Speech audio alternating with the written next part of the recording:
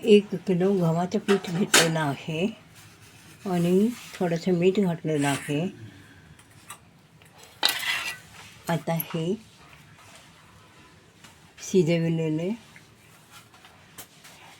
तूप, दूध आणि साखर ह्या मिश्रणातून कालवणार.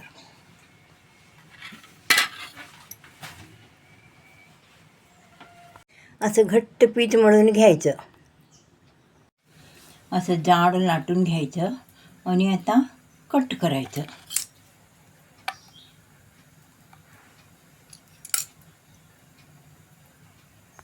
हे बघा, असं कट करून घेतलेलं आहे. आता हे तळून घेणार.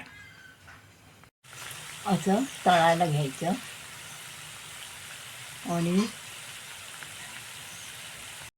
ब्राऊन कलरवर तळून घ्यायचं.